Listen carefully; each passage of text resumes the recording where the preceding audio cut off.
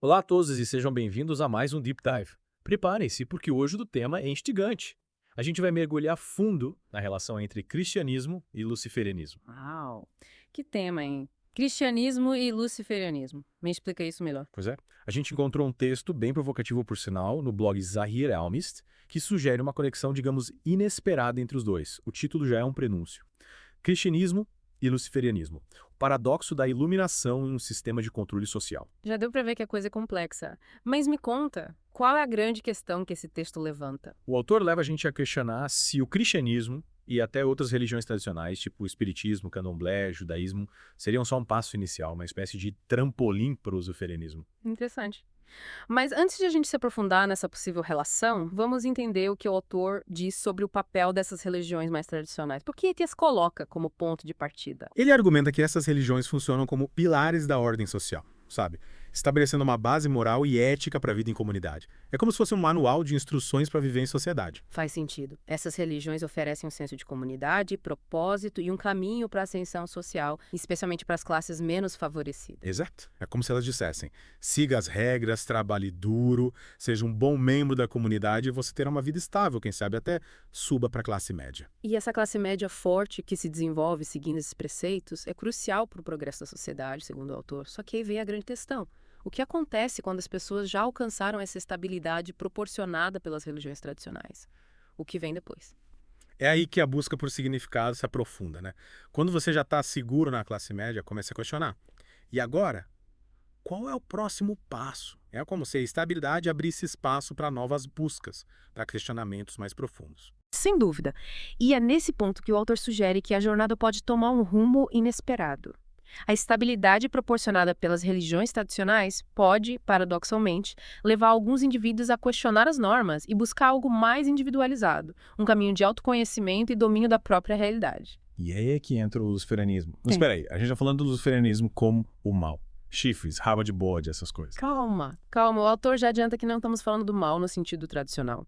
Ele apresenta o luciferianismo como uma filosofia, um caminho para poucos que exige muita coragem e responsabilidade.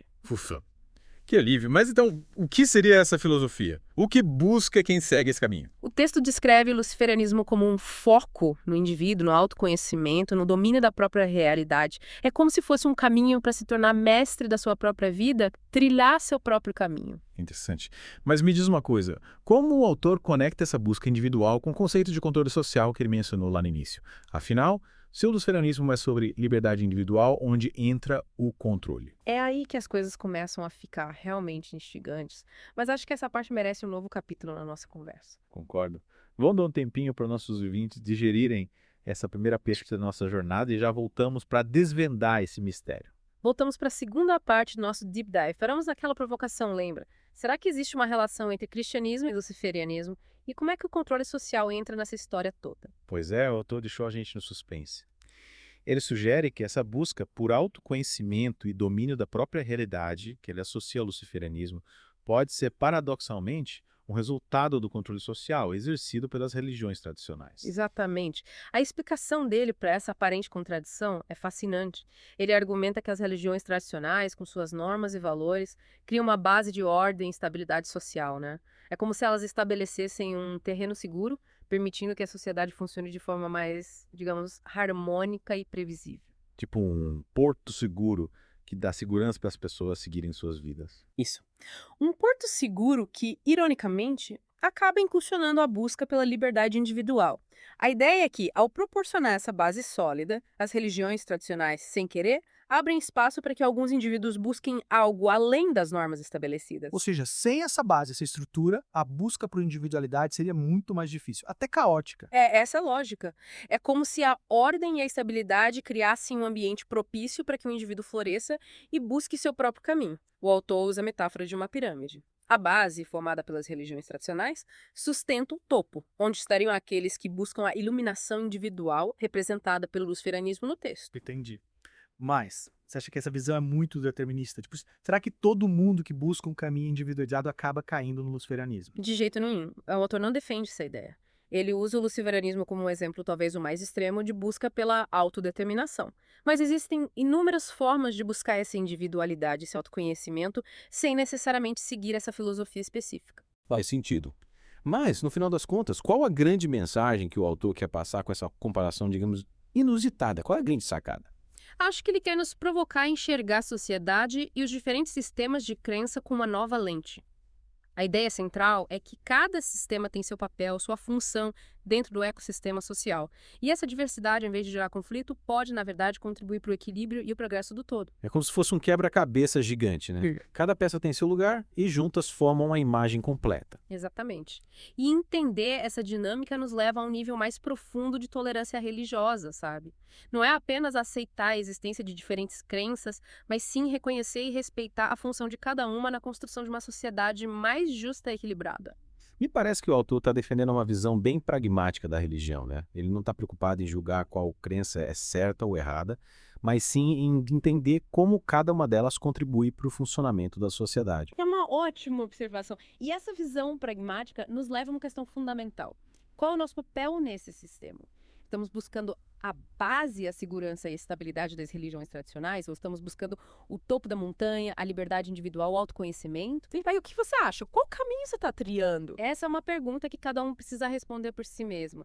Mas acho que o mais importante é ter consciência de que estamos inseridos nesse sistema, nesse jogo de forças entre controle e liberdade. Verdade. E o autor nos dá algumas pistas de como podemos identificar as influências que atuam sobre nós, como esses líderes ocultos que ele mencionou. Mas, infelizmente, nosso tempo está acabando. É verdade. Vamos deixar essa parte dos líderes ocultos para a última ponte do nosso mergulho. Combinado. Voltamos já para desvendar esse último mistério, amarrar todas as pontas da nossa conversa. Cá estamos nós de volta para a última parte do nosso Deep Dive. Já exploramos bastante as ideias dos Arielmes sobre essa dinâmica, no mínimo intrigante, entre cristianismo, luciferianismo e controle social, né? Fizemos uma verdadeira expedição por esse tema. Mas ainda falta desvendar o mistério dos líderes ocultos, lembra? Que o autor menciona. Verdade. Ele sugere que existem uns indivíduos, moldados por essa busca por autodomínio, que ele liga ao luciferianismo, que exercem influência na sociedade, mas de forma discreta, quase invisível. Exatamente. Só que ele não especifica quem seriam esses líderes, quais os objetivos deles ou como eles exercem essa influência. Ele meio que lança a isca, mas deixa a gente fisgando no ar. Meio frustrante, né? Deu curiosidade de saber mais sobre esses mestres ocultos da sociedade. Mas, pensando bem, essa falta de detalhes pode ser proposital, né? Pode ser. Talvez ele queira instigar a gente a procurar esses líderes por conta própria, a questionar quem realmente detém o poder e como ele se manifesta no nosso dia a dia. Faz sentido. É como se ele estivesse convidando a gente a ser mais crítico, sabe? A não aceitar passivamente as estruturas de poder, a questionar as narrativas dominantes. Sem dúvida. E essa postura crítica é essencial, principalmente nesse mundo cheio de informação, onde é fácil ser manipulado por discursos bonitos, mas com intenções obscuras. A gente precisa estar sempre ligado. Mas, voltando à relação entre cristianismo e luciferianismo, qual a sua principal conclusão depois de analisar esse texto? O autor tem razão. Olha, acho que o texto não quer apresentar uma verdade absoluta. Ele quer fazer a gente pensar fora da caixa, questionar as relações entre fé, poder e liberdade, e nesse sentido ele é brilhante. Concordo. Ele tira a gente da zona de conforto, faz questionar coisas que a gente costumava aceitar sem pensar muito. E no fim das contas, essa inquietação intelectual é muito mais valiosa do que qualquer resposta pronta. Com certeza, porque o conhecimento não se resume a respostas prontas, mas a busca constante, ao questionamento. É querer entender o mundo e o nosso papel nele. E com essa bela reflexão, chegamos ao fim do nosso Deep Dive. Espero que vocês tenham gostado da viagem. É isso aí. Continuem explorando, questionando, buscando novos conhecimentos e fiquem ligados nos próximos mergulhos. Até a próxima!